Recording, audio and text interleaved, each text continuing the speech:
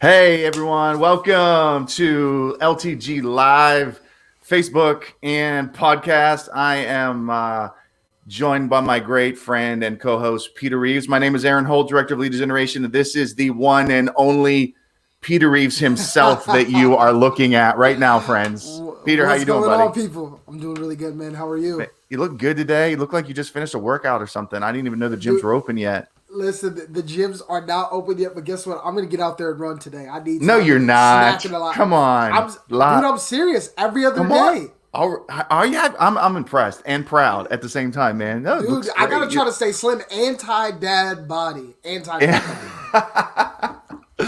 Good for you. Good for you. Speaking of being a dad, I mean, you already have two that you're fostering. What's the due date on the one that's coming? Because we're all so excited about this. July 10th. Come Due on, date man. coming. Check these out. Got some Jordan 1s knitted. Come on. Come on. This is courtesy of Uncle Reggie Hill. Look at these. Yeezys. Let's go. Gotta Let's start go. them young people. Let's go. Start them young. That's so good, man. That's so good. That's awesome. We're all excited for you. It's great.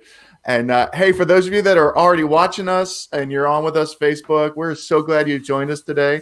We're going to have a great conversation. We have a guest we're going to introduce in just a moment, but we want to hear from you too. So tell us who you are. Tell us where you're watching from, and we just want to shout out some friends that are watching. So go ahead and drop a comment in there.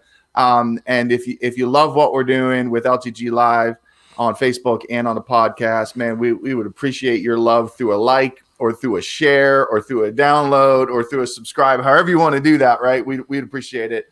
And that would be really great. And thanks for your support. We're going to have a great conversation today, Peter. I'm excited about this. I'm so And we got some people that are just starting to make some comments. I see Kelly from Pittsburgh. Hi, Kelly. That's one of my friends. You don't know her, Peter, but dang, she can sing, man. She is a worship leader at Allison Park Church. She's amazing. Okay. And so, yeah, really, really cool. So, yeah, but go ahead and drop your comments in, guys. We're going to introduce our guest in just a moment. And Peter, you guys are getting closer to reopening and going back to youth ministry and back to church. Just like 15-second, what's going on? Where are you guys at with all that? Yeah, man, it's we're gonna phase in and through different things, and you know, the amount of people that we're allowed to have, you know, come in the building is right now we can open up fully, but we're trying to be sensitive to everything going on. But with youth, man, we're coming back with a bang. We've had some great things in place, and so we're not in a rush to get away from those things. But we are about to open up the building, man, for people who are chomping at the bit to get in. Now's your time. You'll be able to get in. It's so exciting. It's so exciting, right? And you know, this kind of segues into our topic for today, right? But this has obviously been challenging for your church and for the teams within your church, referring in our world to youth ministry teams, and challenging to the culture of those teams. Well, and that's what we're going to talk about today. We're going to talk about building a healthy team culture. We're going to talk about some of the different traits in our leadership that can help create that culture. And also some of the different traits that can help like create not so good of a culture, right? And Peter, you and I know each other well, and we know each other's kind of stories in ministry well. We both have been in some great cultures, and we also have both been in some not so great cultures, right? For sure. And it probably goes without saying that you would choose the former rather than the latter, right? Yeah, absolutely. And we're not going to name any names. We're not going to point any fingers, but we've been there. And we probably have also been the leaders who've created some things in a culture that we wish we hadn't created either, right? Absolutely. And so we're going to unpack some of those things today. This is going to be highly practical. And again, if you are just jumping on now, we're getting ready to introduce our guests. You haven't missed anything yet. So go ahead and give us a like, give us a share, invite a friend. If you're a youth pastor watching today, invite some of your youth leaders who might be available to jump in. Because this is going to be a great conversation. LTG Live is sponsored by Lead the Generation. And if you are interested in what we do as a ministry, go to our website, leadthegeneration.com. We'd love for you to connect with us. You can like us on Facebook or Instagram, follow us there, subscribe to our newsletter, all that good stuff. So, okay, now that we got all the obligatory stuff out of the way, Peter, tell us a little bit about our friend today. He's a mutual friend to both of us, but you've known him for longer than I have. And so I'm going to give you the honor of not only introducing him, but maybe even sharing some highly confidential, embarrassing stories about him. If you know, you don't have to do that, but tell us who we're going to be interviewing today.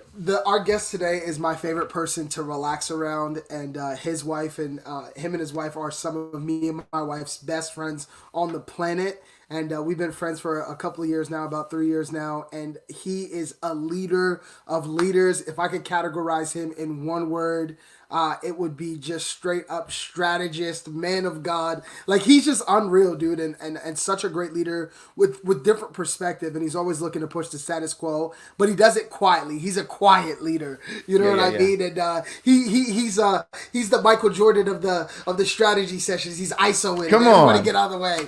Let's go. He's awesome. Team builder like no other. The ministry he just left in a phenomenal place. Great leadership teams. He's a systems guy. Great friend. Our guest today is my guy, John Zick. What's up? Come on, John. Welcome, man. Glad to have you. Yeah, excited to be here with you guys. Yeah, man, we're honored that you've joined us today. And those of you that are watching online right now, go ahead and welcome John in the chat. There's a bunch of you that are making comments. Booker, I see you there. Angel, I see you there. And again, if you're watching, go ahead and drop your name in the chat or the name of a friend that you wish was watching. And welcome, John. John, where are you at in the country? And tell us a little bit about what you're doing right now before we jump into this topic today. Yeah, so I'm in Springfield, Missouri. Never thought in my life that I would be living in Springfield, Missouri. I actually had never even been here until we moved here. Wow. To accept this position at the national office. So I work with Josh Wellborn with the youth department, oversee operations and strategic partnerships here. And it's still new. I've been here for, I think, 7 or 8 months. So still very new. And a lot of those months were COVID-19. And so it's been crazy. But it's been good. We're loving it. We're loving the season that God has us in Springfield. And, like I said, never in a million years thought I would be in Springfield, Missouri. But here we are. So that's amazing. And tell all of us that are listening right now a little bit about your family, right? Because that's obviously an important part of your life and what you do in ministry. Absolutely. So I have a wife, Alicia. We met in California 7 years ago. I think we're coming up on our 6th. You better get that right. You need to know. You need to know. Let's stop the show right now. I'm pretty sure it was 7 years ago. We're coming up on our 6-year wedding anniversary. And we were quick. We met, we dated for like 5 or 6 months, got engaged, and then we were married under a year. From when we met. When you know, amen. When you know. Yep. It was good. But so we just had a little boy, Oliver Ezra Zick. He is almost 2 years old. He's a month away from being 2 years old. And he's getting into the fun stage. This is the stage that I've dreamed of. The baby stage is it's like I really don't want to hold him. I don't want to hurt his neck. I feel like they're so fragile during those times. Aaron, here's the embarrassing story about John. I come to visit him with my baby. We come to Missouri. John won't even hold my son because he's like, I don't do babies. I don't hold babies. I don't do babies. You were one of my best friends. Hold my son. He's like, nah. I'm good. I can't. They're just too fragile. Love it. So he's definitely getting into the fun stage and wanting to play basketball and sports and throw things and wrestle. So it's been fun. But Peter, I'm going to throw this back at you because apparently you don't do babies either because you got one coming, but you're building a man cave downstairs so you can escape. That's what you said. Come on. That is called preparation. Right before we went live. That's right. Listen, people, it's not more of a man cave as it is a secret place. It's my place of sanity. Your garden. It's your garden. Hey, Aaron, I have to ask John this because we're live and we're on camera. Goodness. John, we have talked about this behind the scenes, but if you had to pick Jordan, LeBron, Steph Curry, put them in order. Ooh. And he left out Kobe. Oh, and Kobe. Put on Kobe. I think it depends on what you're going for. Oh, here we go. He's not going to answer. He's not going to answer the question, Peter. No, he's just going to talk. He's going to waste the rest of the show just making up stuff now. It depends on what you're going for. Hey, we're talking about team culture. We're talking about building a culture, building an environment Then it's definitely LeBron, obviously. Okay, case closed. Curry. Oh my God! Right, Okay, because Steph did such a great job with the culture with him and Clay and Katie and Draymond. I mean, that's a great culture right there, right? Hey, he was out half of that culture. All right, he was sidelined. That's when it all went crazy. All right. We got to stay friends. We'll talk after the show. Right. Let's stay friends right now. This is really great. I just unfollowed John on Instagram. We got more friends logging on. I see you, Matt Vanderstein, DOD from Michigan. Glad to have you here. Vernon Smith, man, glad you guys are here. And those of you that are watching, listen, get ready to drop some questions in the chat because we don't want to just have a conversation with the three of us. We want to also have a conversation with you. And so this is the advantage. Those of you that are on Facebook Live with us right now, if you're watching or listening, I should say, after the fact on our podcast or watching on YouTube, that's great. We appreciate you and appreciate your comments, and we appreciate you liking and sharing. But those of you that are on right now, like Cody Duff, I see you too. You get the chance to ask some questions, and so please get ready. We're gonna talk about a great topic today, and it's culture and creating a healthy team culture, and that. That word culture is really, John and Peter, kind of turned into a little bit of a buzzword in leadership circles, right? Everyone's, like culture, eat strategy for breakfast, all this kind of stuff, these quotes that are out there. And so, John, just a couple weeks ago, you were part of Lead the Generation online conference. And that was actually 2 weeks ago. I think today, is it 2 weeks ago? Yeah, 2 weeks ago today.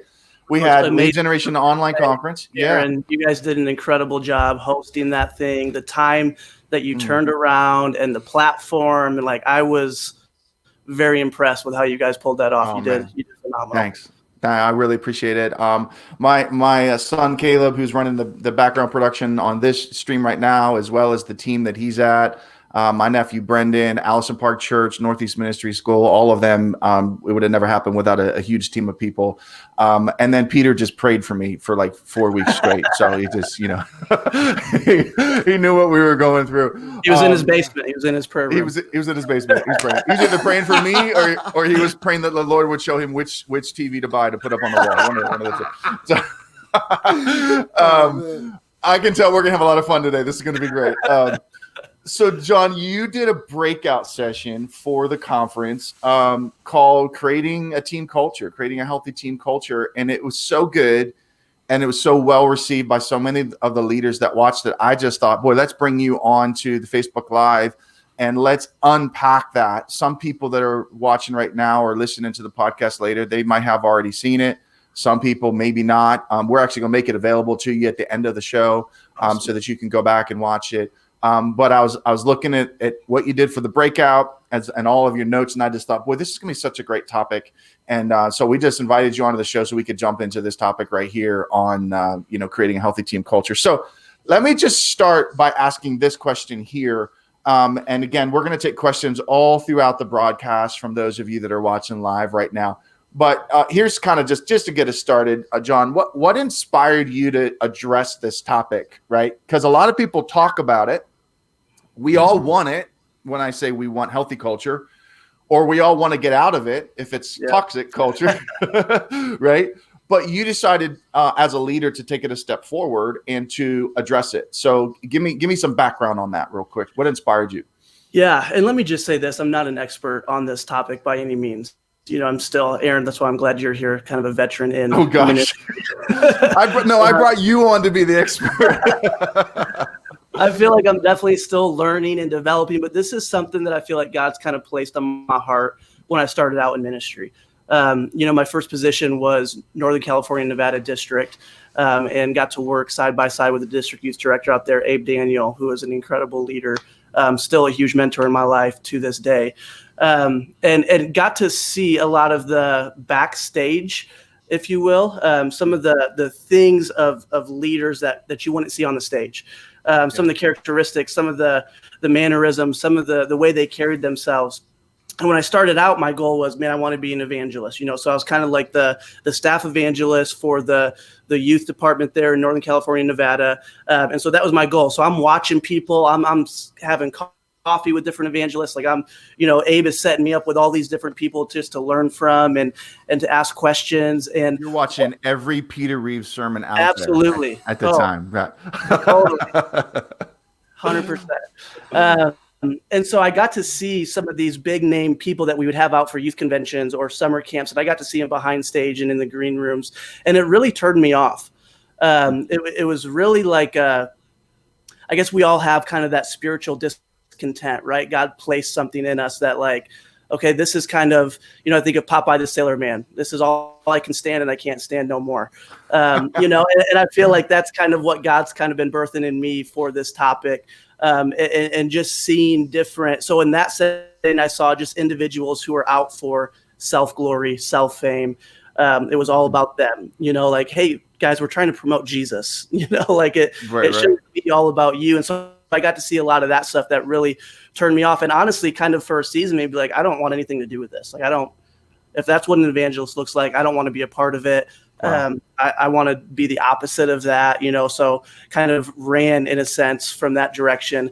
And then being in church ministry now and church leadership and being, Eran, like you said at the beginning, we've all been in the healthy cultures and we've all been in the non-healthy cultures and just seeing how that personal, I saw it on an evangelist level, but then seeing it as leaders, how when we have personal gain, when it's selfish ambition, selfish motive, the culture that creates within the organization, the culture that creates within the ministry, within the team dynamic, when everything is about the top person, when everything is about getting that person famous, or it's all about their promotion, their platform and building their platform. It's just not a fun environment to be in.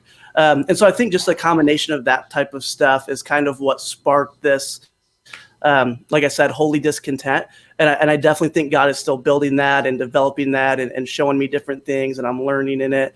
But I think that's definitely where God kind of put that in me and has made me aware of those things. Like I see those things within an organization. That's one of the first things I see, and that's not anything to do with me. I think God just gave me kind of those eyes to see those things and to be aware of it.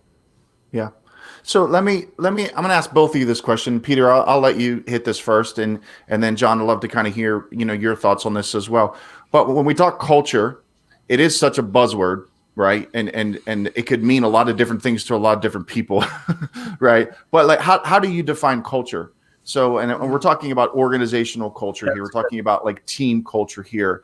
And I have some thoughts that I'll add too, but I just thought, hey, let's do real quick. All three of us, let's just do this real quick. So Peter, you start, and then John, and then I'll throw in a couple thoughts if there's anything left after you two guys are done. Yeah, I define culture as the unconscious behaviors that happen within an organization. It's the footprint, the feeling, the behaviors that are taking place. It's the feeling in a room when a leader walks in the room, when the team gets together. It's the soil of an organization, it's that thing that allows people to grow. And it's the words that are allowed, the words that are not allowed. It's the way that the positions are organized on an org chart. All of that stuff is the culture. It's the blood. If it's a body, it's the blood of the body that's flowing into every part, into decisions and into moments. And so I would say all of those things that define the culture, but mostly the unconscious thoughts and decisions and feeling in the room. John, what would you say? Yeah, no, I think that's great. I think, when you think about culture, everyone is creating a culture, if it's intentional or unintentional. So if you're the leader of an organization or you're a part of an organization, it's being created. Culture is being created. It's not like, oh, I want to intentionally create culture, or I'm just not going to worry about it and there's going to be no culture. There's always going to be a culture. You have one right now, whether you like it or not. You Absolutely. have it. Yes, there is a culture. And obviously how you navigate that, you have to be intentional with how you want to build that. And because if you're not, then it's going to be the things that, I've heard it said this way. I forget who says it. So I'm just going to take it right now. But It's you. Yeah. This is the quote for me. Culture is what you create or what you allow. It's good. What you create or what you allow. So you're either intentionally creating it or you're allowing it, but either way, you're building a culture. Yeah. Yeah. I love everything both of you said. I think one of the more practical ways I've tried to define it for myself as well as for others that I might be, coaching or teaching or whatever, is practically speaking, culture it's a combination of your belief and your behavior. And your belief is typically found in like stated belief type value statements, the phrases on the wall, on the website, the phrases you use on a regular basis. So that's your stated belief, but your behavior is what you actually live out.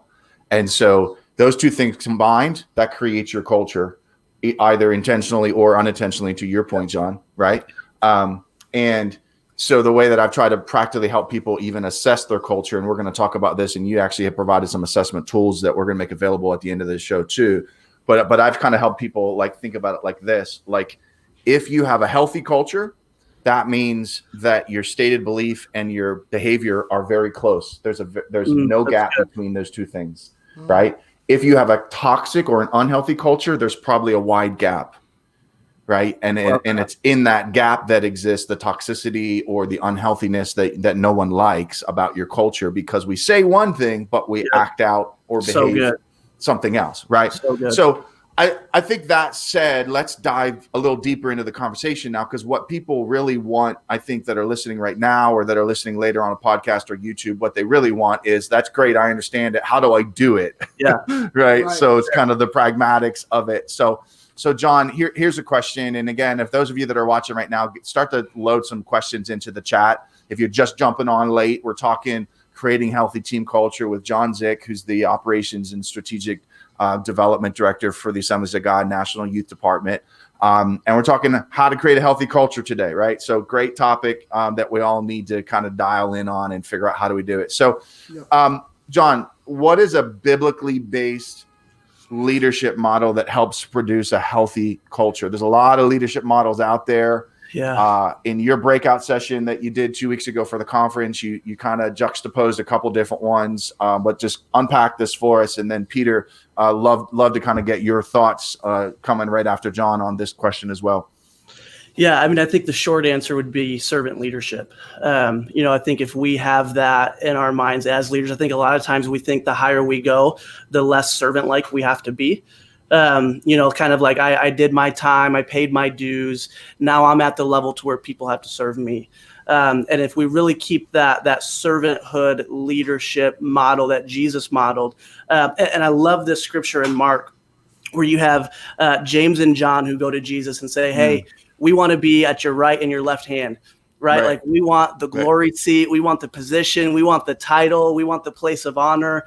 I have holy aspirations to be as close to Jesus as possible, right? Yes. We can make it sound spiritual. We can make it sound good. Right. And the awesome thing about this is Jesus read their hearts, and when they went back and the other 10 disciples saw, like, hey, you tried to climb the ladder, right? You tried to cut your place in line, like you were going to leave us behind and you wanted these seats. Jesus comes to them and addresses that mindset and that behavior. And it's Mark 10, 41. It says, when the 10 heard about this, they became indignant at James and John. Jesus called them together and said, you know that those who regarded as rulers of the Gentiles lord it over them, and their high officials exercise authority over them. So he's saying, like, hey, James and John, I know you want these seats of position and power because you see how the world lords it over them. You see how once you get to that position or once you get to that level, you now are the king to where everyone has to serve you. And I know you've seen that because that's how culture has demonstrated it. But he says it's not so with you. Instead, whoever wants to become great among you must be your servant, and whoever wants to be first must be a slave of all. For even the Son of Man did not come to be served, but to serve and to give his life as a ransom for many. I feel like this passage right here gives us such a picture of what a healthy culture should look like. And it's opposite of culture. It's opposite of the way that the world does things. And the crazy thing is there's a lot of secular businesses out there now that are finding that a team environment is healthier for the organization. Yeah. It's just like everything. They're catching up to what the Bible has said thousands of years ago. And this is one of those things to where, man, this biblical model that Jesus showed us time and time and time again. It's not about self-promotion.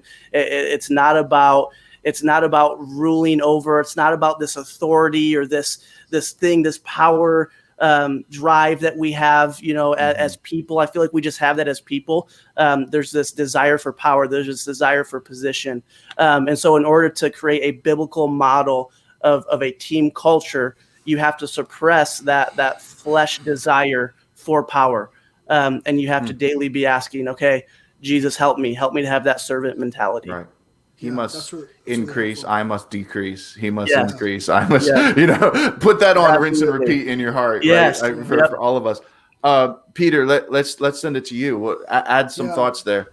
Yeah, I think that is the answer, John, is servant leadership. And I think as leaders, everything within us has to rage against the idea that it's about me getting promoted. It's about my platform time. It's about me getting to the next level. What this makes me think of is three things. Number one, as a servant leader, it's like your job is to take your team around you and push them ahead of you, right? So I heard one CEO said this. He said, I realized really quickly as I was leading this organization that it was my responsibility to give my team the tools and get out of their way, right? I'm supposed to resource them and take care of them and help them get to that next level. And when I look at Jesus, I see him not only resourcing the disciples and instructing them and helping them get to the next level, but allowing them to make decisions. And this is where servant leadership, man, is like people talk about servant leadership and then they're like, just help other people. But then making decisions, that's really where authority can be delegated.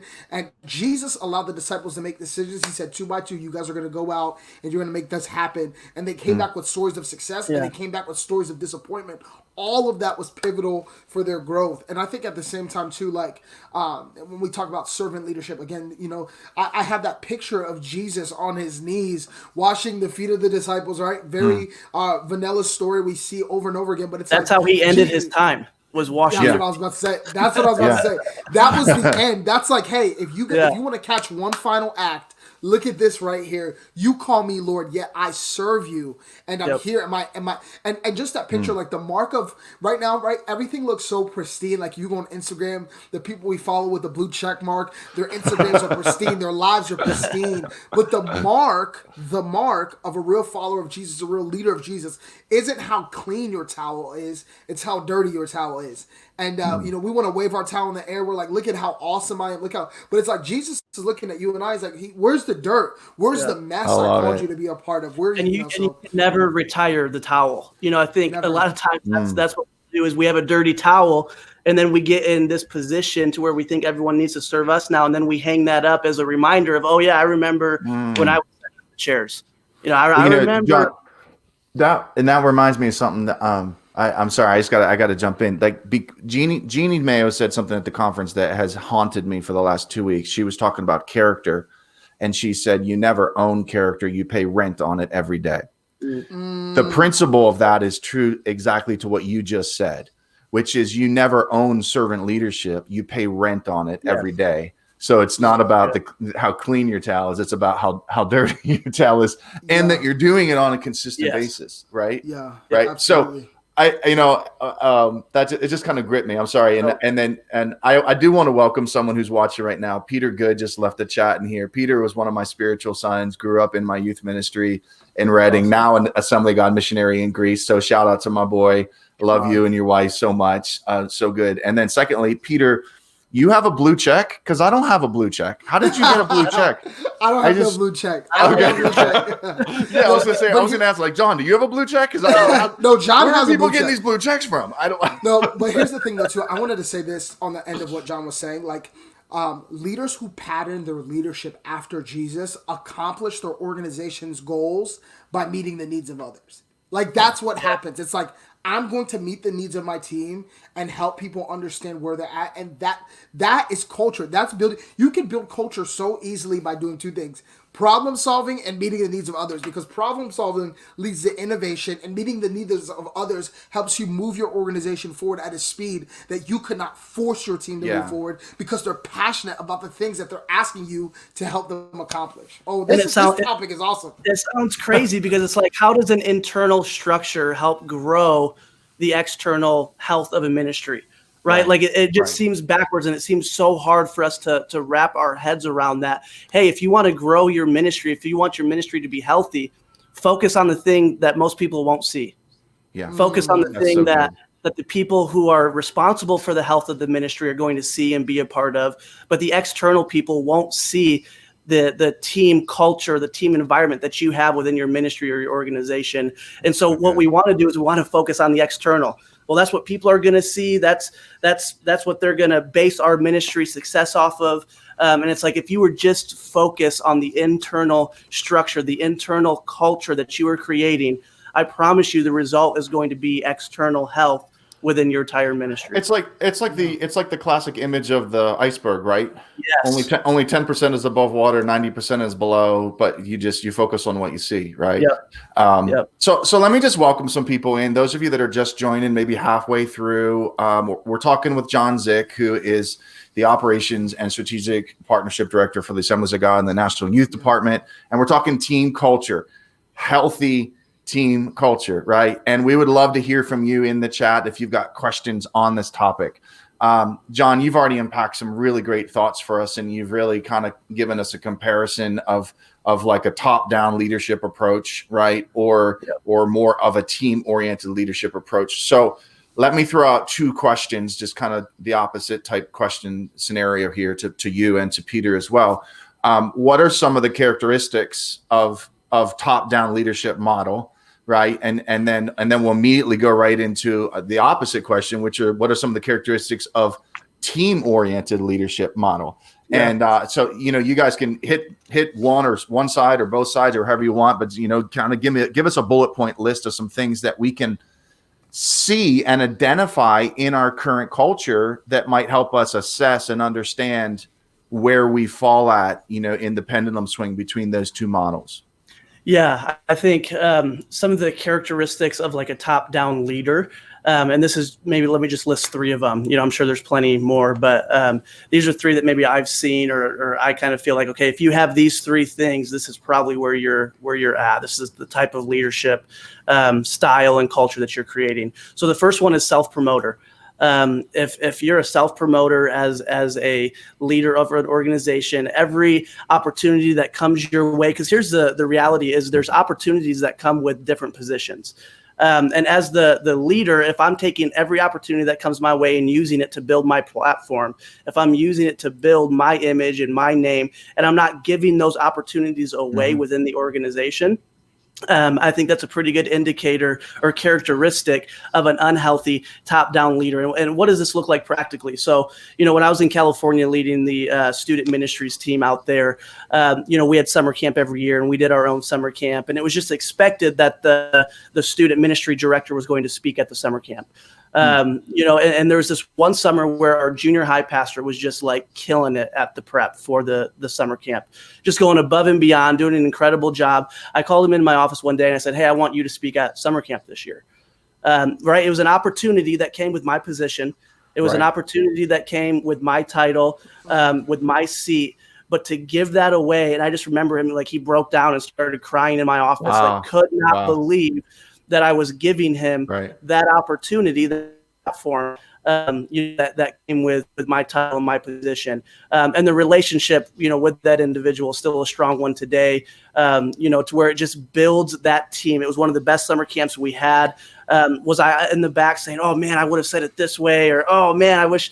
Yes, absolutely. And that's part of it, right? I have to be okay with it not going exactly how I want it, or I think it should. So self-promoter would be one. Controlling would be another thing. If you are controlling, if it's your way or the highway, if you're the only ones that can have ideas or vision or add different elements to the ministry, if you're a micromanager, you feel like, well, it has to be this way because I'm the top guy, so my opinion is the only one that matters, and I'm going to make sure it's enforced within the organization.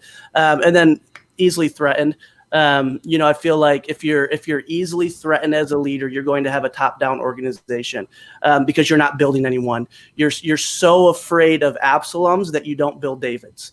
You're so afraid of people rising up and being better, or rising up and taking your spot, that you're just easily threatened by other gifts. You're easily threatened by other abilities. You don't see them as a compliment to your leadership. You see them as a threat to your leadership when someone else has opposing gifts or opposing abilities within the team. So good. So good. Yeah, to speak to the other side of that, of the other, like some things that I think characterize a healthy or team culture. What was the question, Eran? If you could put it up again, like something that characterizes. Yeah. Yeah. Like What are the characteristics of team-oriented leadership model? Team-oriented leadership. Right. I would say this. I would say the team feels valued and appreciated. I mean, like this is just they're valued and appreciated. They know that you genuinely love what they're doing and that you're giving them every opportunity to expand and grow where they're at. I think also at the same time the team feels inspired by your leadership, and man, they feel like you as a leader are giving them. I don't know, just the strength to continue to dream.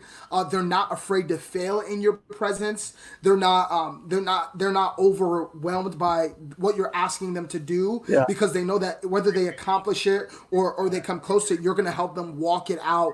I think also just I wrote down a thought here is that essentially they strive to a team-oriented culture. Is a place where a team strives and grows and is inspired every day by their leader. They're appreciated and valued. And at the end of the day, those who are following them feel proud to work under their leadership. Like that, when people are proud to be under your, and it's awesome. Like team-oriented culture, man, like we don't have to look any further than looking at some of the great teams in history. It's the way they walk out onto the field. Like people in the office are not on eggshells, and they're actually spending time together outside of the office, not because of forced, hey, we're hanging out as a staff, but because I want to. I invite you into my home. I actually like you. Yeah, there's like real relationship there. Not like, hey, pastor told me that I can use the church card if I eat with you and I'm hungry. So like, you know what I'm saying though? Like, if I'm the only one, okay, never mind. Scratch that from this whole thing.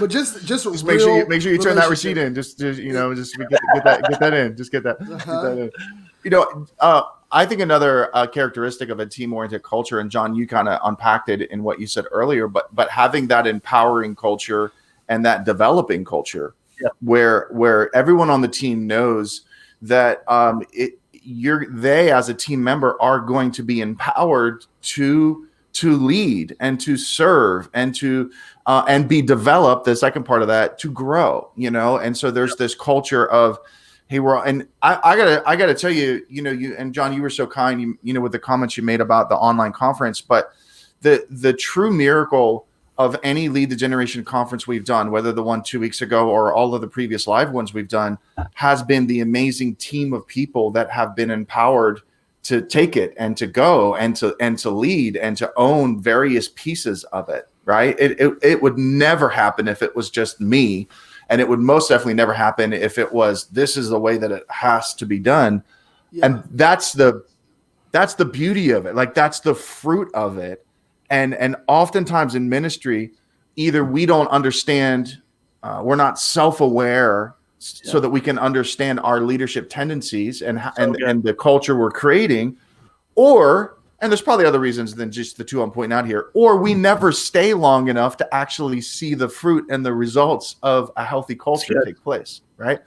Let me go to a question here in the chat. This is from Peter Good, and I mentioned him earlier. He's one of our Assembly of God missionaries in Greece, him and his wife. And Peter was both Peter and his wife were in our student ministry, my wife and I student ministry for years, and both of them worked on staff with us for a little bit before they went into missions. Either one of you guys can take this question. So this is from Peter. He says, how do you push people who do not see the next level within themselves? How do you push them to take a step forward? So he's asking a question specifically about something both of you just referenced in creating an empowering culture, and also you like developing others. So just love for you guys to speak to Peter's question here. Yeah, I mean, I think it's different based on the person. I don't know if there's there's certain things that we can do with everybody that will probably work across the board, but I don't know if there's a cookie cutter answer to this, because it's different based on the individual. How do they want to be pushed? How do they receive it? What's the best way to do that? Now, giving opportunity to individuals is going to push them, right? Giving opportunity that is above what they would normally do, trusting them with things. I think Peter mentioned it earlier, pushing trust as far down as the organization as you can, push decision-making as far down in the organization as you can. That's going to pull things out of people that maybe they didn't see in themselves. that's going to pull things out of people, that they didn't know they had. And I think it's just that. I think it's giving them opportunities to see things that they didn't know they had. And there's going to be times where they fail. There's going to be times when they fall on their face. We've all been there. We've all done that. We continue to be there and continue to do that. Right. And that's not what it's about. It's about giving them the opportunity to do this. And when you're controlling, you don't give people the opportunity to fail. You don't give people the opportunity to actually lead because you want it to be you. So you've created this culture to where everyone's just kind of in their shell or in their box, and they're never going to step outside of it, because that's kind of where you want them as a top-down leader. You kind of want them in their shell and in their box, just doing what it is that you tell them to do, and they just execute and build your platform. But for someone who is pushing decision-making, who's pushing ideas as far down within the organization as possible, I think a natural fruit of that is people are going to discover and develop themselves and say, wow, I had more in me than I thought I did. That's so good. I think three things to that question from Peter. I think number one, it's not cookie cutter, but an I see in you conversation. I have that conversation every single week. Hey, here's what I see in you. My job as a leader sometimes is to pull the wool off of people's eyes and help them see what they don't see in themselves, because they don't have a mirror to see themselves correctly. I think number two, I'm always asking my people, what's energizing you? I want to put people in a position to pursue something and to chase something that is already energizing to them. And then I want to continue to give them feedback, encouragement, and correction on what they're doing. And then I would say the last thing is, so I would say, have this I see in you conversation. What's energizing you? And then lastly, what frustrates you? When your frustration for what currently is allows you to birth passion for what could be, right? You have a vision. Rich Wilkerson Jr. said that. And so if they are frustrated a little bit and I can stir that into passion for what could be, then I'm going to try to lead them into that area, because they start to get something out of them that they already saw. To push people forward is to help them attack the problems that they see. I'm huge on that in my leadership. What are the questions you're answering, or what are the problems you see that you're building solutions to? Because if you see it and you can come up with the answer, then you can be passionate about it. And everyone knows it's easier to steer people who are passionate about something in the right direction. It's easy to steer a moving car, and not a parked car. Right. So that's kind of my point to it. Well, and I'll add a personal story to what both of you said. Sometimes it is appropriate to give them a push. Right. One of my first sermons I preached as a teenager was when, in a missions trip, Caracas, Venezuela, my youth pastor, Rick Baldwin, who's now Assembly God pastor down in Florida, in front of a crowd of people on a street corner, handed me a microphone and said, "Go preach." And I had about that much notice. Like, that's about how it went. But he knew I needed the push. He knew that if he waited for me to say, "I'm ready to go share, I'm ready to go preach," I wouldn't. I would never, quote unquote, feel ready, because you're dealing with that. And I use that method a lot in student ministry as a youth pastor, where I would just say, "You're ready, go, just take it, go for it." And so sometimes they need a push. So this has been a great conversation. We have a couple minutes left here, John. I want to kind of give you two more questions, and again, they're kind of like the opposing questions, and we'll just unpack these, and these will help people kind of practically identify and assess their culture a little bit, So the first is, what is the culture created by a top-down leader? And this is something you unpacked in your breakout session for the conference. And then the second is, what is the culture created by a team-oriented leader? So we just have a couple minutes left. So kind of hit both of those in almost bullet point fashion. And Peter, feel free to jump in on either one of those as well. For sure. So the culture created, with a top-down leader is you have doers within the organization, people that can't have vision because only the top guy can bring ideas. So you have people that are just doers, right? They're not taking initiative. They're not stepping outside of their bubble. I talked about that a little bit. They're not stepping outside of their job description. It's just doers. It's a 9 to 5. You have surface level relationships. This is what I found in top-down organizations. The relationships on the team aren't healthy because you can't trust anybody. Is this person out for my job? Is this person going to stab me in the back? Is this person just becoming friends with me so that they can go above me or whatever? There's just no trust within the organization. And when there's no trust, there's not healthy relationships. So you have these surface level relationships. You have fear-driven people that can't make mistakes. Everything has to be perfect, because if it's all about climbing the ladder, the moment I make a mistake, I take a couple steps down in my success journey, in my career journey. So it's just fear-driven. There's no risks that are being taken. There's no stepping out, because it's all based on fear. You have mundane routines. Again, it's kind of like a robotic, picture that I get here is it's just the 9 to 5. It's a clock in, clock out. There's not passion. There's not excitement, because at the end of the day, you're just kind of a robot fulfilling and building the platform of the top guy. And I'm okay with that in a secular job, but that is heartbreaking when it's a ministry related position. It's awful. Yep, absolutely.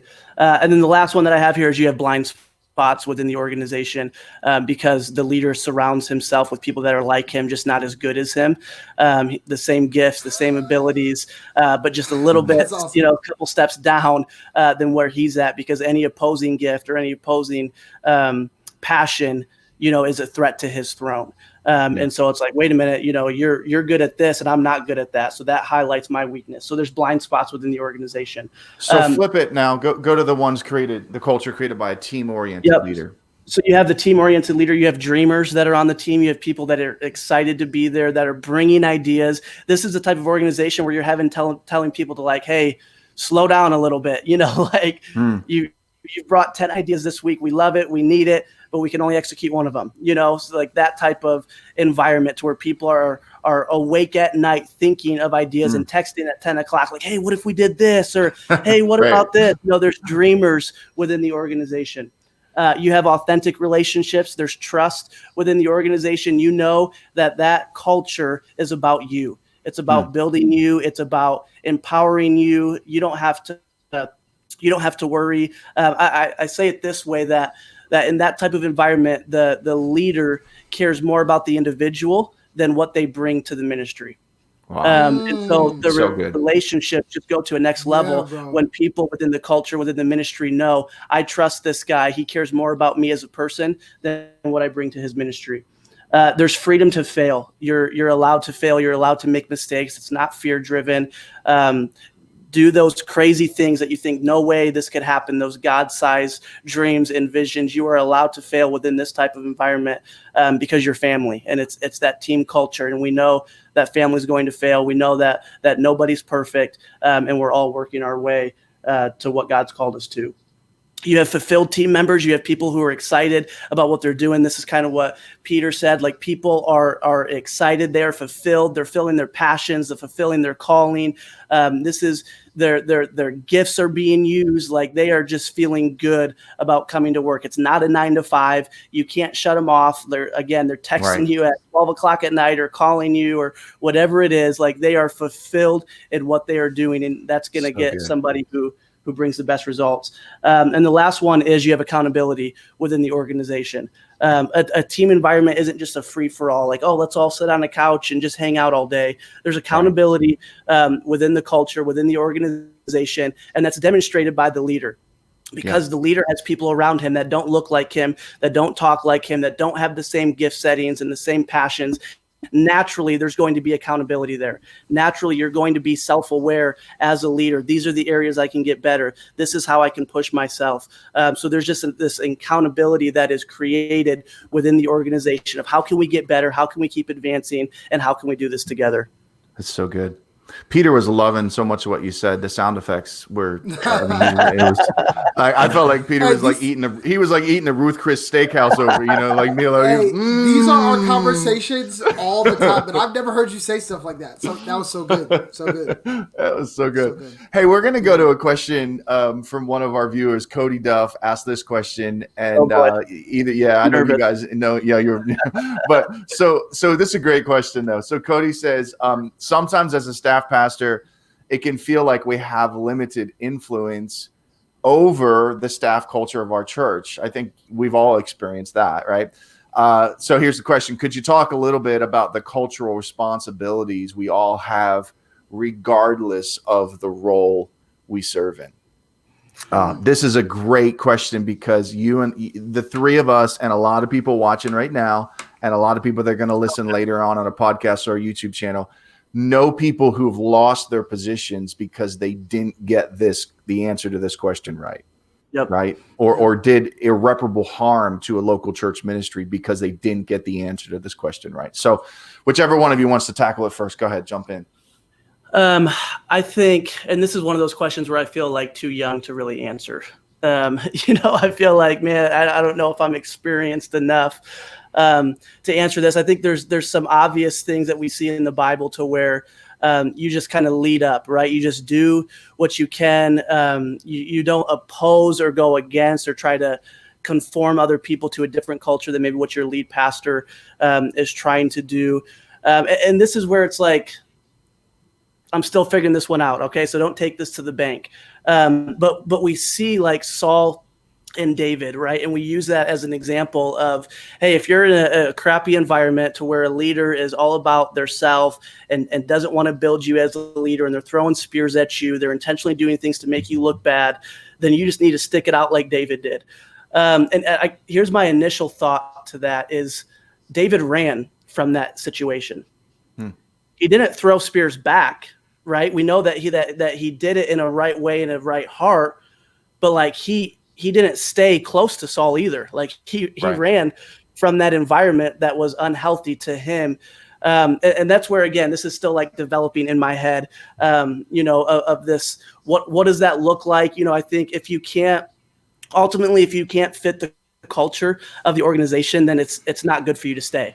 It's not good for you to be in that environment. You're hurting yourself and the leader who's trying to create the culture that they want within that organization.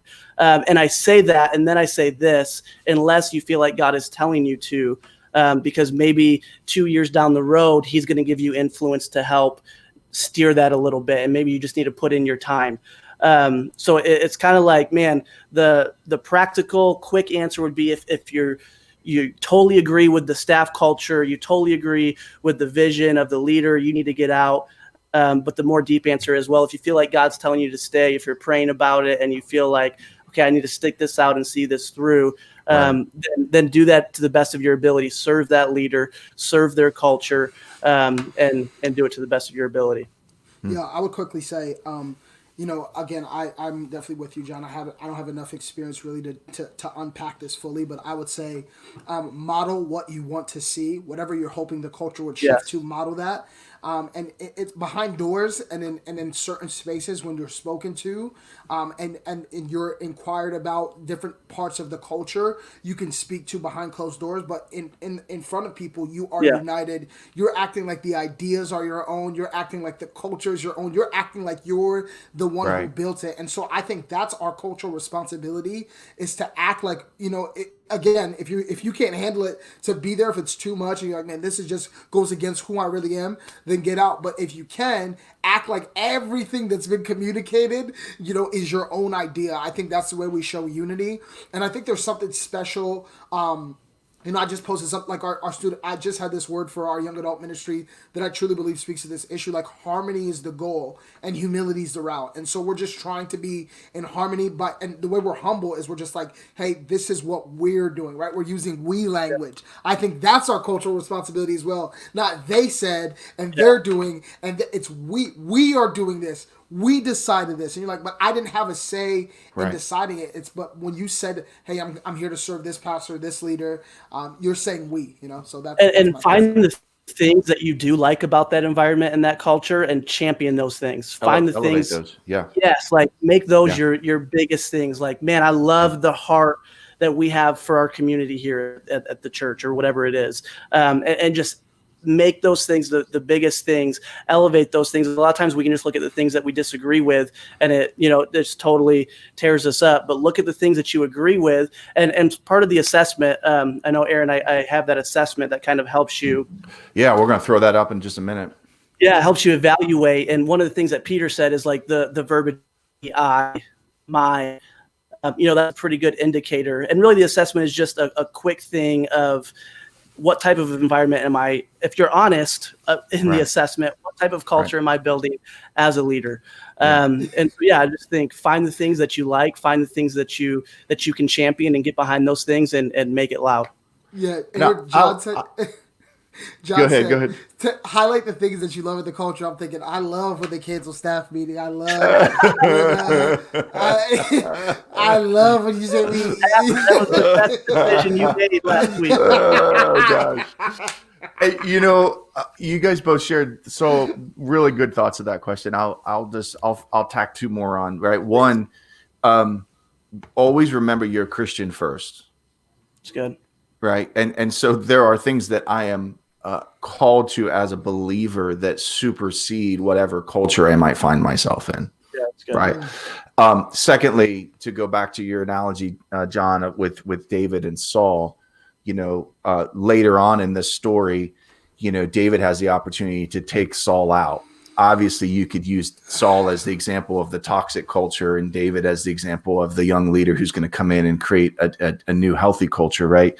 And so there's that, incredibly famous narrative that we've all preached where David's in the cave and, Saul comes in and he cuts a, hem of his garment type deal like that. But there's just a really simple spiritual lesson there, a lesson about spiritual authority. And I've always kind of tried to apply it to my life like this. It's not my job to replace what God has put in place. And so you might not agree with the culture that your current lead pastor has created, but God has appointed him and therefore anointed him as well to that role. And who am I, or who are you to throw spears with my words and to damage the work of the kingdom of God? You don't have to agree. You don't have to, you know what I mean, in order to serve faithfully. And of course, if that goes on too long, I agree with your advice that eventually you got to move. You just got to say, I got to move on. But it's not my job to replace what God has put in place. That. It's my job to serve, in there. So, Cody, great question. This has been a phenomenal conversation all the way around, and so appreciate it. And so we're going to post a couple links here in the chat for those of you that are still watching. For those of you that are later on YouTube or podcast, it'll be in show notes and things like that. So we're going to post a Dropbox link, John, for the breakout session that you did for the Lead Generation Conference just a couple weeks ago. So it's actually the whole entire video presentation of you sharing on this topic, and that'll give you a little bit of a deeper dive for those of you that are listening or you want to watch afterwards. And then also with that breakout, John, you provided to everyone that was watching a team assessment tool, a little PDF file. We're going to post a link for that as well. Do you want to just real briefly explain what that is to people as they click on it in a minute and download it? I have it here somewhere, and this is actually Cody Duff and I came up with this together. Oh, so good. We were FaceTiming, so he's on here now. But yeah, it's just a couple questions. Let's see, 1, 2, 3, 4, 5, 6, 7, 8, 9, 10, 11, 12, 13, 14 questions. And really it's just rating it of never true of me, rarely true of me, occasionally true of me, often true of me, always true of me. So the first question is, I compliment or praise the team without hesitation. And there's just questions like that go down. And then at the end of the assessment, it's like, okay, if you scored in this range, here's some practical steps you can take to make sure you do some shifts towards a team culture. If you scored here, then it looks like you're already intentional about building the team culture. Here's some tools, here's some resources, here's some books, here's some different things that will help you continue in that direction. Right. So it's really practical. Honestly, it shouldn't take longer than 10 minutes. And with any assessment, the key is honesty. Don't rate it off of what you want to be, rate it off of what you currently are. And that's going to give you the best gauge of where you're at. Awesome. So we posted links for both of those. They're on the Lead the Generation Facebook page. So if you're watching on a different Facebook page somewhere, you're going to have to go to Lead the Generation on Facebook, grab this live video and scroll down in the comments, and you'll see a Dropbox link for John's breakout session, as well as a link for the assessment tool that you've commented. And listen, for those of you that are watching right now, or if you're listening later on the podcast or watching later on YouTube, John's content from today is all available on the Lead the Generation Conference online platform. All 36 sessions from that day 2 weeks ago are available on the website, leadthegeneration.com. We have a resource package called Lead Now. And when you sign up for Lead Now, you get all 36 sessions from the conference, main sessions and breakout sessions from 2 weeks ago.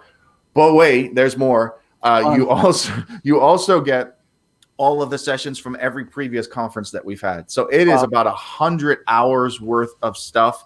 And Peter has been frantically trying to be the first person to actually watch all 100 hours. He's going for like a Guinness Book of World Records or something. Hey, as soon as I get my basement set up, I will stream it on. As soon as I get my 75-inch TV on the wall, I'm just watching Lead Now conference videos the whole time. Oh, so good. So, John, thanks for joining us. A great conversation today. I know so many people that were watching today got a lot out of this, and those that listen on later on the podcast or YouTube will also get a ton out of this as well. And if you're looking for more content like this, Peter, you and I are live once a week on Thursdays, talking leadership, talking topics that youth pastors most want to hear about. Yeah. And then we also have all the resources available on the website, leadthegeneration.com. Peter, close us out, closing comments, and then close us in prayer. Those that are right in the midst of wrestling through some cultural things right now and just need a word from God before they go. Yeah, I think coming out of this team, one of the things out of this talk, one of the things that could help you really is to develop a cultural guide, and it's exactly what Eran said. It's your beliefs, it's your behaviors, it's your hey, these are the things that we say, these are the things that we don't say, these are the declarations we're making, and structuring that for your team, really thinking through who you want to become. Taking things that you love from other people and saying, hey, why do I like this? And expressing it to your team. There's a great leader on the inside of you. God wants to do something great with your life. You are strategically placed exactly where you are for such a time as this. So don't miss the moment.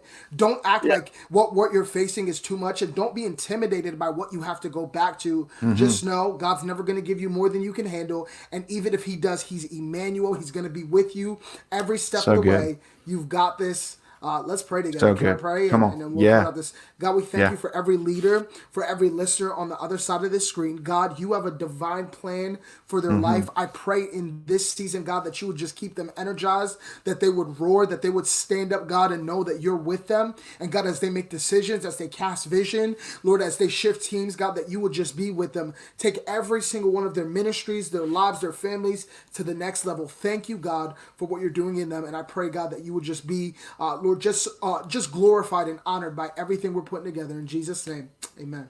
Amen. John, thanks for being with us today. Peter, thanks for being the best looking co-host that I could ever ask for. John, I love you. I love you, bro. And those of you that are watching, thanks for being a part of LTG Live today. Yes, catch us on the podcast later on. Catch us on YouTube Live. Catch us next week on Thursday. We'll be back. Aaron, one last thing. Hey, this is how you can get the most out of this podcast is share this with your team. Listen to it again with your team. I mean, anytime I get an opportunity to listen to something like this, I want to listen back with my team because maybe they're hearing things I'm not hearing. And something in this, something that John said, Eran said, will take you to the next level. Awesome. Catch us on the podcast. All right. We'll see you guys next week. Yes.